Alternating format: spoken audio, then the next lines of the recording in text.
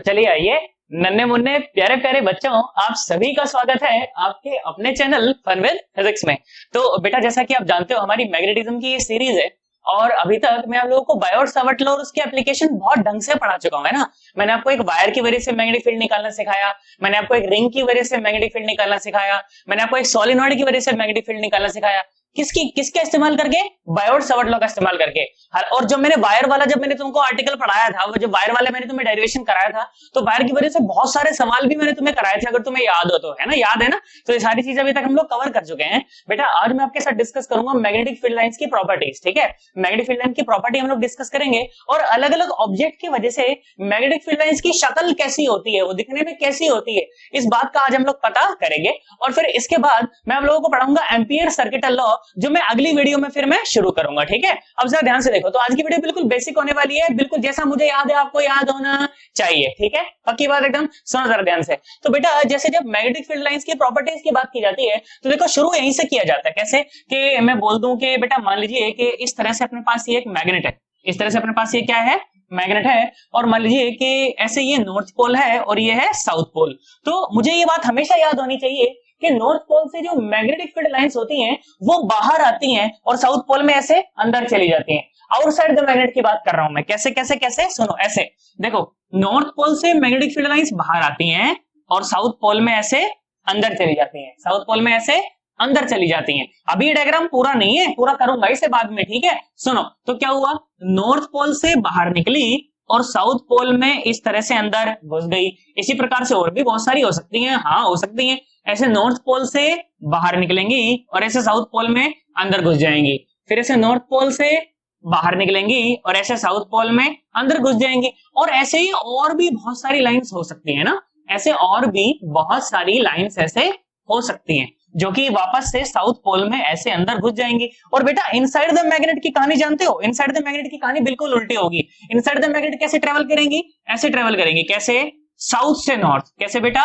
South से north. हालांकि मेरे पास अब बहुत सारी बनाने के लिए जगह नहीं है, पर तुम समझ जाना कैसे ट्रेवल कर रही है, ये साउथ से नॉर्थ ट्रेवल कर रही है ना, अंदर की तरफ में। देखो ऐसा, तो हमेशा देखो कि मैग्नेटिक फील्ड लाइन कैसी है, क्लोज लूप में। कैसी है बेटा? क्लोज लूप में।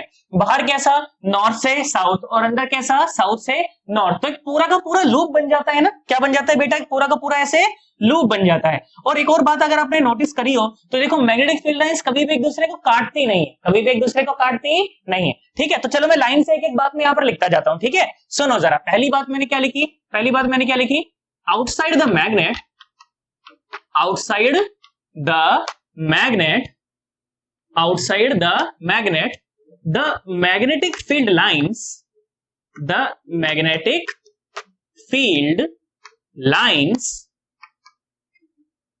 travel north to south, north to south, okay, and inside the magnet, and inside the magnet they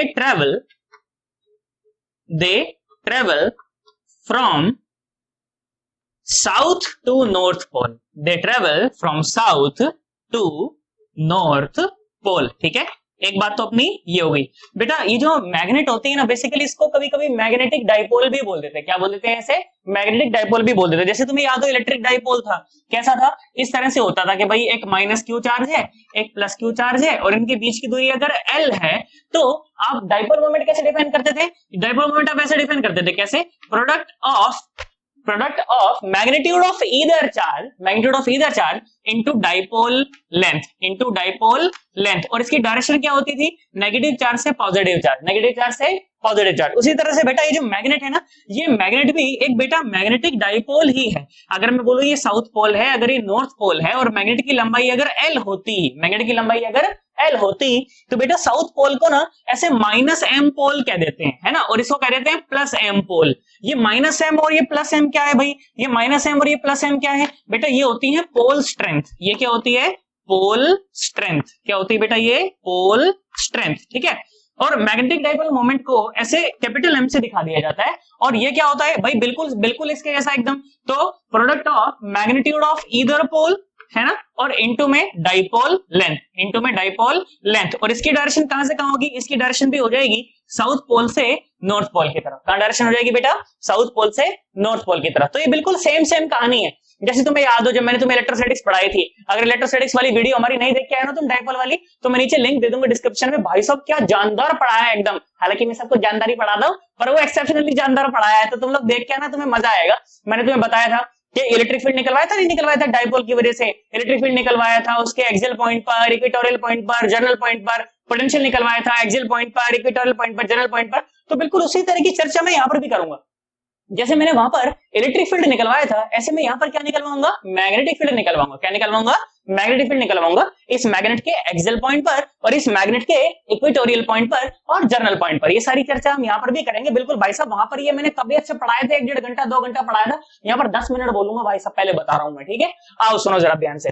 तो एक बात तुमने ये पढ़ी कि भाई जो मैग्नेटिक फील्ड लाइंस होती हैं, जो मैग्नेटिक फील्ड लाइंस होती हैं वो मैग्नेट के बाहर कैसे चलती है, नॉर्थ से साउथ। कैसे चलती है बेटा, नॉर्थ से साउथ। और इनटू द मैग्नेट कैसे चलती है, साउथ से नॉर्थ। कैसे चलती है बेटा, साउथ से north, so that they can form a closed loop, है ना, so that they can form a closed loop. तो दूसरा पॉइंट इसका यही मैं लिखने वाला हूं कि magnetic field lines, magnetic field lines, magnetic field lines always exist in, always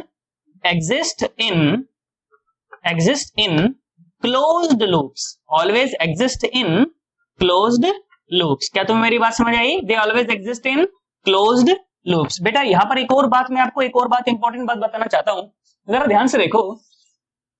तो जब इलेक्ट्रिक फील्ड की बात की जाती थी, जब बात की जाती थी इलेक्ट्रिक फील्ड की, तो बेटा मान लीजिए कि अगर ये इलेक्ट्रिक फील्ड लाइन है, अगर इलेक्ट्रिक फील्ड लाइन है, तो इलेक्ट्रिक फील्ड लाइन पर अगर आप किसी जगह पर अगर बेटा टेंजेंट ड्रॉ करते थे ना, अगर आप किसी जगह पर अगर आप टेंजेंट ड्रॉ करते थे, तो ये टेंजेंट आपको दो बातें देती थी। क्या, एक तो डायरेक्शन ऑफ इलेक्ट्रिक फील्ड, क्या देती थी, एक तो डायरेक्शन ऑफ इलेक्ट्रिक फील्ड। मान लो इलेक्ट्रिक फील्ड लाइन ही मैंने बनाई है, तो क्या देती थी ये टेंजेंट, किस किस की डायरेक्शन को बताती थी, एक तो डायरेक्शन ऑफ इलेक्ट्रिक फील्ड को बताती थी, और ये बताती थी direction of electric force, direction of electric force, ठीक है, दो बातों को बताती थी, ठीक है। इसी वजह से बेटा इलेक्ट्रिक फील्ड लाइंस को अपन इलेक्ट्रिक लाइंस ऑफ फोर्स भी बोलते थे। क्या बोलते थे, इलेक्ट्रिक लाइंस ऑफ फोर्स भी बोलते थे, इलेक्ट्रिक लाइंस ऑफ फोर्स भी बोलते थे। क्यों बोलते थे, क्योंकि बेटा ध्यान से देखें तो इलेक्ट्रिक फील्ड की डायरेक्शन और इलेक्ट्रिक फोर्स की डायरेक्शन, बेसिकली अगर आप एक चार्ज को, ध्यान से सुनना जरा, बिल्कुल ईमानदारी से सुनना,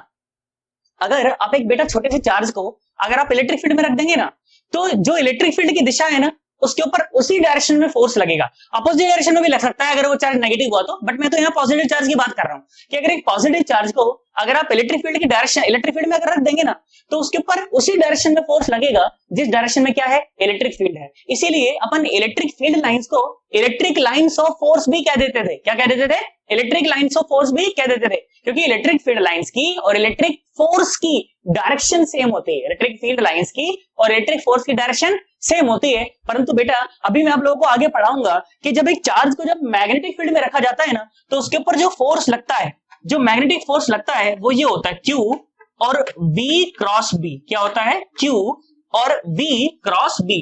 मतलब कि जब एक चार्ज को जब मैग्नेटिक फील्ड में रखा जाता है, जब एक चार्ज को मैग्नेटिक फील्ड में रखा जाता है, तो उसके ऊपर जो फोर्स लगता है वो मैग्नेटिक फील्ड के भी परपेंडिकुलर होता है और वेलोसिटी के भी परपेंडिकुलर है ना, चार्ज की वेलोसिटी के भी परपेंडिकुलर। देखो क्रॉस प्रोडक्ट है ना, फोर्स की डायरेक्शन क्या होगी, जो इस क्रॉस प्रोडक्ट की डायरेक्शन होगी, और क्रॉस प्रोडक्ट की डायरेक्शन तो B के भी परपेंडिकुलर होगी और V के भी परपेंडिकुलर होगी। इसीलिए मैग्नेटिक फील्ड लाइंस को मैग्नेटिक लाइंस ऑफ फोर्स नहीं कहते। अगर कोई आज के बाद मैग्नेटिक लाइंस को मैग्नेटिक लाइंस ऑफ फोर्स बोल दे तो समझ जाना भाई साहब उसको कुछ भी नहीं आता। अरे उसको कुछ भी नहीं आता। क्या मेरी बात समझ आ रही है? इसीलिए मैग्नेटिक लाइंस ऑफ फोर्स कभी भी बोला नहीं जाता है ना। आप हमेशा क्या बोलते हैं? मैग्नेटिक फील्ड लाइंस बोलते हैं। क्या बोलते हैं बेटा?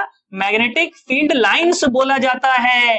पर magnetic lines of force, magnetic lines of force कभी भी बोला नहीं जाता, क्योंकि मैग्नेटिक फील्ड की और उस फील्ड के द्वारा लगने वाले फोर्स की डायरेक्शन सेम नहीं होती। इसीलिए कभी भी मैग्नेटिक फील्ड लाइंस को मैग्नेटिक लाइंस ऑफ फोर्स नहीं बोला जाता। अगर कोई ऐसा बोलता सुन ले, कभी कभी टीचर भी फ्लो में बोल जाते हैं मैग्नेटिक लाइंस ऑफ फोर्स, समझ जाना कुछ और चल रहा है यहाँ पे। अब क्या मेरी बात समझ आ गई है तुम्हें? एकदम पक्की बात है बेटा। एक बार इसको अच्छे ढंग से नोट कर लो, एक आधी प्रॉपर्टीज उसकी कुछ और रहती है, वो प्रॉपर्टीज और मैं बताता हूँ, उसके बाद फिर अपन चर्चा को आगे बढ़ाएंगे, ठीक है। करो जरा एक बार, आओ बेटा देखो सुनो, चर्चा को आगे बढ़ाता हूँ और प्रॉपर्टीज के बारे में मैं तुम्हें बताता हूँ। देखो सुनो, जो मैग्नेटिक फील्ड लाइंस होती है ना, magnetic field lines, magnetic field lines never intersect each other, never intersect each other, never intersect each other, एक दूसरे को कभी भी काटती नहीं है। रीजन तुम जानते ही हो, है ना, कि अगर कहीं पर भी अगर मान लो ऐसे काट गई, कहीं पर भी अगर ऐसे काट गई, तो जो काटने वाला जो स्थान होगा उस जगह पर दो टेंजेंट हो जाएंगी। कितनी टेंजेंट हो जाएगी? दो टेंजेंट हो जाएगी, एक रही है T1 और एक रही है T2, एक रही है बेटा T2। तो दो टेंजेंट का मतलब है कि कितनी डायरेक्शन हो जाएंगी? दो डायरेक्शन हो जाएंगी, और दो डायरेक्शन पॉसिबल नहीं है। मैग्नेटिक फील्ड की दो डायरेक्शन पॉसिबल नहीं है, क्योंकि मैग्नेटिक फील्ड कैसी क्वांटिटी होती है बेटा? मैग्नेटिक फील्ड एक वेक्टर क्वांटिटी होती है। कैसी क्वांटिटी होती है? वेक्टर क्वांटिटी होती है। तो वेक्टर क्वांटिटी की तो एक जगह पे सिर्फ एक ही डायरेक्शन पॉसिबल है, एक जगह पे सिर्फ एक ही डायरेक्शन पॉसिबल है, दो डायरेक्शन पॉसिबल नहीं है। इसका मतलब मैग्नेटिक फील्ड लाइंस कभी भी एक दूसरे को काटती नहीं है। नॉर्मल सी बात है, मुझे समझ आ गई, इसमें परेशान होने की कोई आवश्यकता नहीं है। और सुनो और सुनो और सुनो, ध्यान से देखो। तो मैं बोलूं कि मान लो मैग्नेटिक फील्ड ना कुछ ऐसा है, किसी रीजन में मैग्नेटिक फील्ड कुछ ऐसा है, ठीक है। इस तरह से मैग्नेटिक फील्ड लाइन जैसे ट्रेवल कर रही है, ढुचुक ढुचुक ढुचुक, ठीक है। इस पॉइंट को मैंने नाम दे दिया मान लो P, इस पॉइंट को मैंने नाम दे दिया Q। तो मुझे ये बात समझ आनी चाहिए अच्छे से कि मैग्नेटिक फील्ड स्ट्रेंथ, ये magnetic field strength at point P, at point P is greater than the magnetic field strength at point Q, at point Q। बेटा मैग्नेटिक फील्ड लाइन जितनी पास पास होंगी, मैग्नेटिक फील्ड लाइन जितनी पास पास होंगी, उसकी जो strength होगी magnetic field की वो भी उतनी ही ज्यादा होगी, वो भी उतनी ही ज्यादा होगी। इसमें परेशान होने की कोनो आवश्यकता नहीं है। नॉर्मल सी बात है, मुझे समझ आनी चाहिए। और सुनो और सुनो, क्या बोला गया?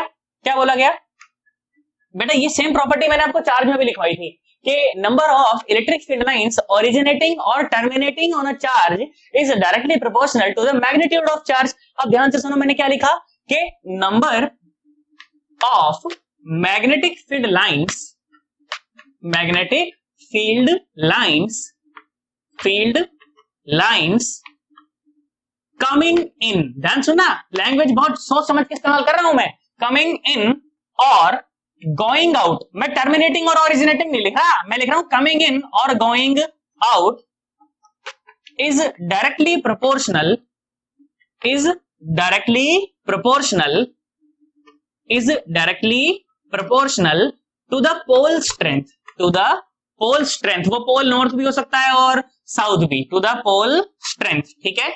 क्या तुम्हें मेरी बात समझ आई? पक्की बात एकदम? सोच लो, नहीं समझ आया तो नीचे कमेंट कर देना, मैं समझा दूंगा, कोई टेंशन नहीं है उसके अंदर, है ना। चलो तो देखो बेटा, ये प्रॉपर्टीज थी, तीन प्रॉपर्टी ये तुम्हारे सामने ये रही, और तीन चार प्रॉपर्टी मैंने तुम्हें और लिखवा दी। बेटा ये प्रॉपर्टी मुझे आधी रात को भी याद होनी चाहिए। सवाल आता है यार जेईई मेंस में से, क्या करें, रखना तो पड़ेगा यार, जैसा मुझे याद है ऐसा आपको याद होना चाहिए। पक्की बात एकदम? सोच ले। चलो एक बार इसको अच्छे से नोट करो, फिर हम अलग अलग ऑब्जेक्ट की वजह से मैग्नेटिक फील्ड लाइंस की शक्ल कैसी कैसी होती है वो मैं आपको सारा का सारा एक्सप्लेन कर दूंगा, ठीक है। चलो एक बार इसको अच्छे से नोट करो, फिर मैं चर्चा को आगे बढ़ाता हूं, ठीक है। करो, आ जाओ बेटा। तो चर्चा को अपन थोड़ा सा और आगे बढ़ाते हैं। सुनो जरा ध्यान से, क्या पढ़ने वाले हैं हम लोग? अब हम लोग पढ़ने वाले हैं diagrams of magnetic field lines. अच्छा, मैग्नेटिक फील्ड लाइंस के मैग्नेटिक लाइंस ऑफ फोर्स, तुम बोलो तुम बोलो तुम बोलो, क्या आएगा? मैग्नेटिक फील्ड लाइंस, ना कि मैग्नेटिक लाइंस ऑफ फोर्स, ठीक है ना। तो diagram of magnetic field lines due to different objects, ठीक है, ड्यू टू डिफरेंट ऑब्जेक्ट्स, ठीक है। अलग अलग ऑब्जेक्ट्स की वजह से मैग्नेटिक फील्ड लाइंस के जो डायग्राम होते हैं वो कैसे कैसे होते हैं, अब हम ये सब जानेंगे, ठीक है। सुनो जरा ध्यान से। तो बेटा सबसे पहले मैं बात करता हूं एक करंट कैरिंग वायर की, a current carrying wire, a current carrying wire, current carrying wire. तो करंट कैरिंग वायर की वजह से कैसा होता है, देखो बेटा सुनो, मैं तुम्हें बताता हूं, सुनो जरा ध्यान से। ऐसा मान लो कि ये मेरे पास एक करंट कैरिंग वायर है, ओके, और इसमें करंट जा रहा है ऊपर की तरफ, ठीक है। इसमें करंट कहां जा रहा है बेटा? ऊपर की तरफ ऐसे करंट जा रहा है, ठीक है। तो जैसा कि तुम्हें मैंने राइट एंड थंब रूल पहले भी पढ़ाया हुआ है पिछले वाली वीडियोस में, अगर नहीं देखे आए तो मैं नीचे लिंक दे दूंगा, देख लेना, कोई बात नहीं, आराम से समझ आ जाएगा। हालांकि बीबी समझ आ रहा हूं, समझ आ जाएगा, कोई दिक्कत नहीं। सुनो, तो मैंने बोला कि मान लो कि अपने पास ये करंट कैरिंग वायर है और इसमें बेटा करंट जा रहा है ऊपर की तरफ, इसमें करंट कहां जा रहा है बेटा, ऊपर की तरफ। तो राइट हैंड थंब रूल ये कहता है कि आप क्या करें कि अपने सीधे हाथ से जिस दिशा में करंट जा रहा हो आप उस तरह से इसको पकड़ लें कि आपका अंगूठा जो है वो करंट की डायरेक्शन को बताए।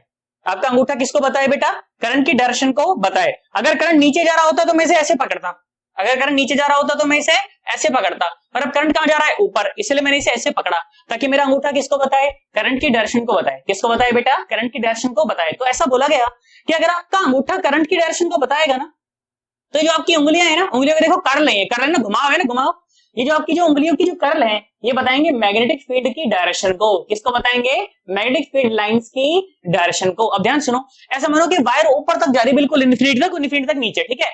तो इस वायर के इधर वाले सारे क्षेत्र में, इस वायर के इधर वाले सारे क्षेत्र में देखें मैग्नेटिक फील्ड कैसा है, अंदर की तरफ। कैसा है बेटा, अंदर की तरफ। कैसा है बेटा, अंदर की तरफ, है कि नहीं। देखो मेरी उंगलियों को कर्ल कहां है, अंदर, है ना। तो देखो अंगूठा किसको बता रहा है, करंट की डायरेक्शन को, तो मेरी उंगलियां किसको बताएंगी, मैग्नेटिक फील्ड को, है ना। तो इस वायर के इधर वाले सारे क्षेत्र में मैग्नेटिक फील्ड कैसा बेटा, अंदर की तरफ। कैसा, अंदर की तरफ। और देखो इस वायर के इधर वाले सारे क्षेत्र में देखो देखो देखो देखो, सुनो सुनो सुनो, ध्यान से देखो। तो अंगूठा देखो अभी भी वही है, अंगूठा किसको बता रहा है, करंट की डायरेक्शन को। तो इधर वाले सारे क्षेत्र में, इस वायर के इधर वाले सारे क्षेत्र में देखो मैग्नेटिक फील्ड कैसा है, बाहर की तरफ। मैग्नेटिक फील्ड कैसा, बाहर की तरफ। मतलब कि मैग्नेटिक फील्ड कुछ ऐसा होगा कि यहां से बाहर आएगा और घूम के यहां से अंदर, फिर वहां से घूम के यहां से बाहर और यहां से अंदर। क्या तुम्हें मेरी बात समझ आई, पक्की बात एकदम। तो क्या बोला गया, ऐसा बोला गया कि अगर मान लीजिए कि ये आपकी अगर एक करंट कैरिंग वायर है, ये अगर आपकी एक करंट कैरिंग वायर है, तो इस वायर के, ध्यान से देखो, पकड़ो इसको, हाथ में पकड़ो। तो इधर वाले सारे क्षेत्र में मैग्नेटिक फील्ड बाहर की तरफ और इधर वाले में सारा अंदर की तरफ। तो मतलब कि यहां से जो मैग्नेटिक फील्ड आएगा वो बाहर की तरफ आएगा और यहां से सारा का सारा मैग्नेटिक फील्ड कहां चला जाएगा, ऐसे अंदर की तरफ। और कैसे एग्जिस्ट करेगा बेटा, ऐसे क्लोज लूप के फॉर्म में एग्जिस्ट करेगा, ठीक है। कैसा फॉर्म करेगा, ऐसे क्लोज लूप के फॉर्म में ऐसे एग्जिस्ट करेगा, छल्लों के फॉर्म में, है ना। मैग्नेटिक फील्ड ऐसे छल्ले के रूप में होगा। कैसे होगा बेटा, ऐसे छल्ले के रूप में, है ना। और छल्ला कैसा, यहां से बाहर आता हुआ, यहां से कैसा बेटा, छल्ला बाहर आता हुआ, यहां से छल्ला बाहर आता हुआ और यहां से अंदर जाता हुआ, यहां पर छल्ला ऐसे अंदर जाता हुआ। तो ये डायरेक्शन भी हमने एरो की दिखानी है और साथ साथ हमने डॉट और क्रॉस भी बना देना है, ताकि भाई साहब देखने वाला अच्छे से समझ जाए कि हम किस प्रकार के मैग्नेटिक फील्ड की बात कर रहे हैं, ठीक है। तो यहां पर देखो ऐसा मैंने पकड़ा, तो इधर से मैग्नेटिक फील्ड सारा बाहर आता हुआ और इधर से मैग्नेटिक फील्ड सारा अंदर जाता हुआ। बोल पक्की बात एकदम। आई होप तुम्हें समझ आया होगा, इसमें कोई परेशानी नहीं लगी होगी। और सुनो, देखो जरा ध्यान से देखो, और मैं बात करता हूं, सुनो जरा। तो मैग्नेटिक फील्ड लाइंस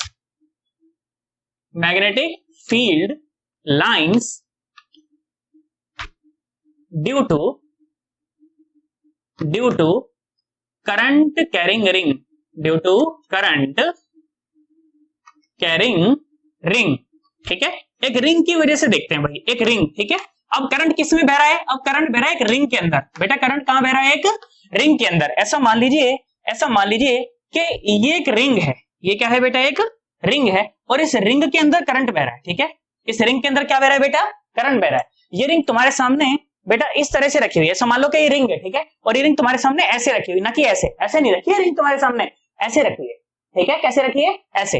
तो फिर ये क्या है, ये उसकी एक्सिस है, ये क्या है, रिंग की एक्सिस है। ये क्या है बेटा, रिंग की एक्सिस है ना। तो रिंग की एक्सिस बना देता हूं मैंने कहा चलो देखो बेटा ध्यान से देखो, तो ये क्या है, ये है रिंग की एक्सिस। ये क्या है बेटा, रिंग की एक्सिस। अच्छा भाई बहुत बढ़िया। और ये करंट बह रहा है इसके अंदर ना, ऐसे बह रहा है, ये करंट बह रहा है इसके अंदर, ऐसे ऐसे डुई डुई, ऐसे मान लो ये वायर ना ऐसे रखी हुई है, ऐसे रिंग ऐसे डुई डुई, फिर ऐसे dewy dewy dewy dewy dewy, ऐसे बह रहा है।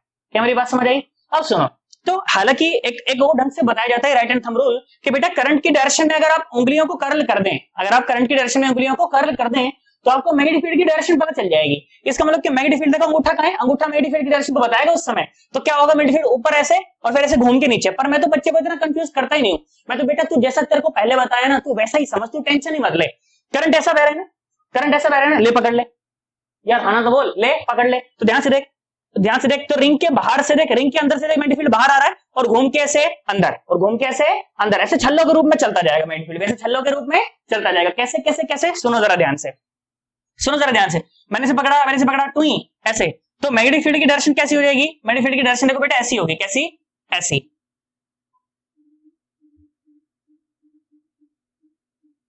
ध्यान से देखना मजा आएगा तुम्हें। इस वाले एंड पर भी ऐसी,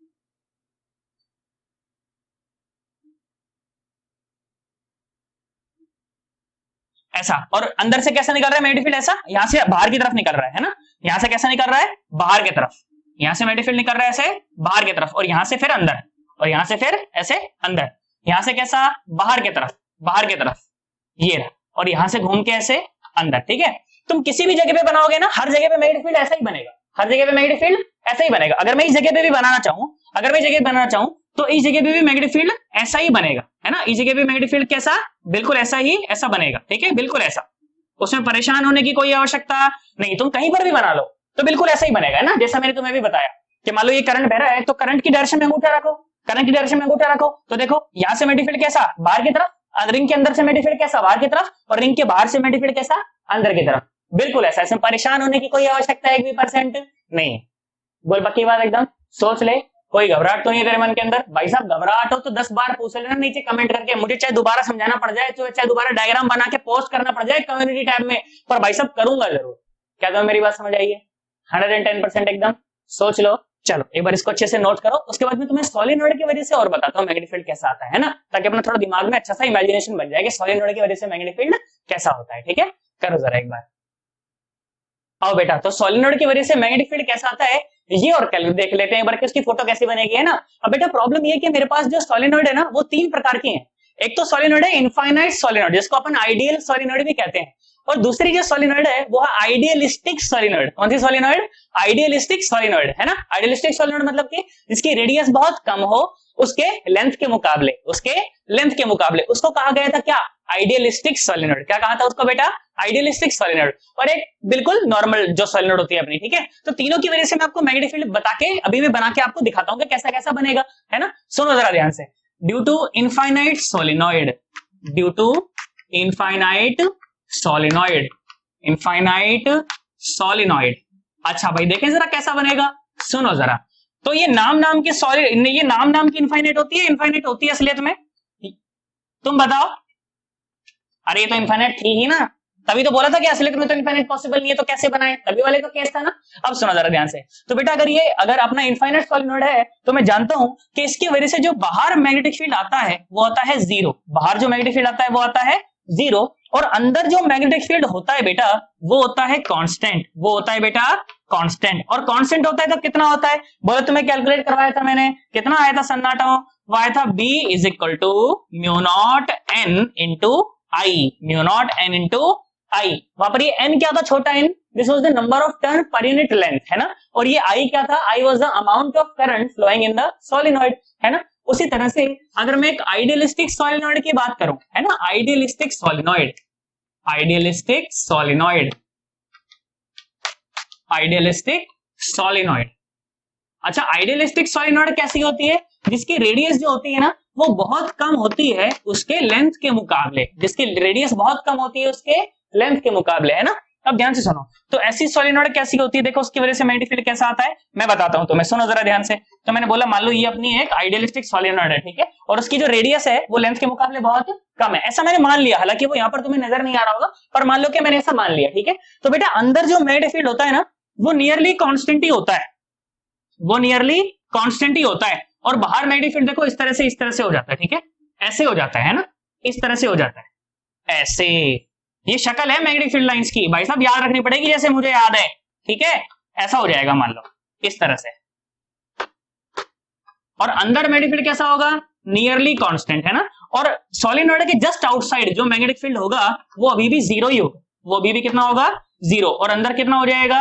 B is equal to mu naught n into I, which is nearly constant, which is nearly constant. और एक नॉर्मल उसकी वजह से, सोलेनोइड की वजह से, इसको प्रैक्टिकल सोलेनोइड भी कह रहते हैं।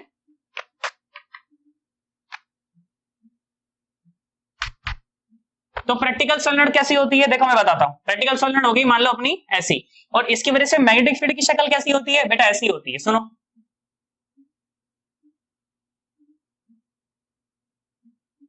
कुछ इस प्रकार की, ठीक है,